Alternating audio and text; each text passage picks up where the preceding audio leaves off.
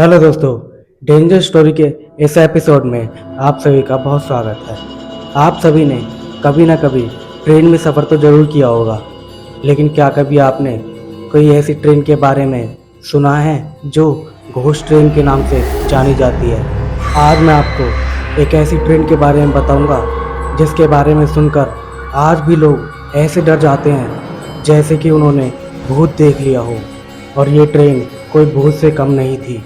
इस ट्रेन की कई सारी घटनाएं सामने आई हैं। लोगों का कहना है कहाँ से ये ट्रेन आती है और कहाँ गायब हो जाती है, ये आज तक एक रहस्य बना हुआ है।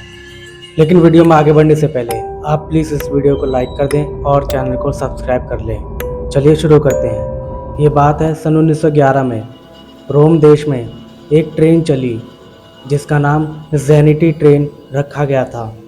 इस ट्रेन में 106 यात्री घूमने के पर्पज़ से इस ट्रेन में यात्रा करने के लिए चढ़े। इस ट्रेन की डेस्टिनेशन पास ही का एक हिल स्टेशन था, लेकिन ये ट्रेन वहाँ तक कभी पहुँच ही नहीं पाई।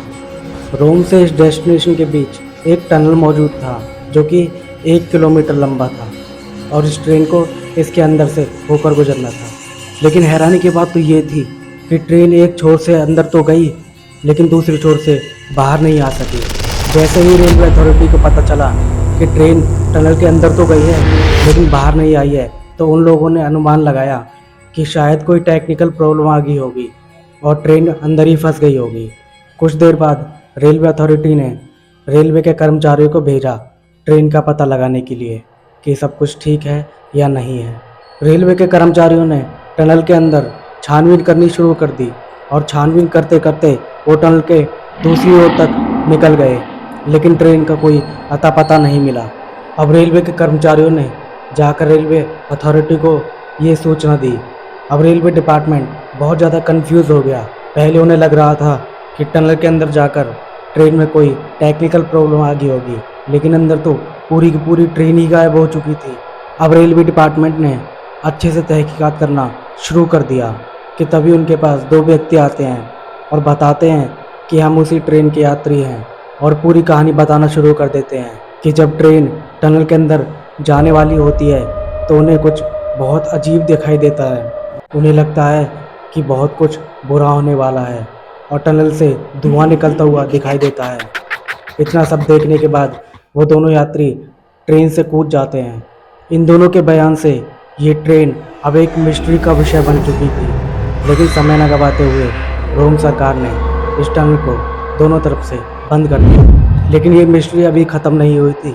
जब इस ट्रेन के बारे में और इस ट्रेन के यात्रियों के बारे में गहराई से खोज की गई तो एक अजीब सा सच सामने आया, और वो ये था रोम से 10,234 किलोमीटर दूर मैक्सिको में 1845 में एक रिकॉर्ड देखा गया, जिसमें पाया गया कि 1845 में एक साथ 104 लोग पागल खाने में भर्ती कराए गए थे और सभी लोगों की वेशभूषा और भाषा एक जैसी थी।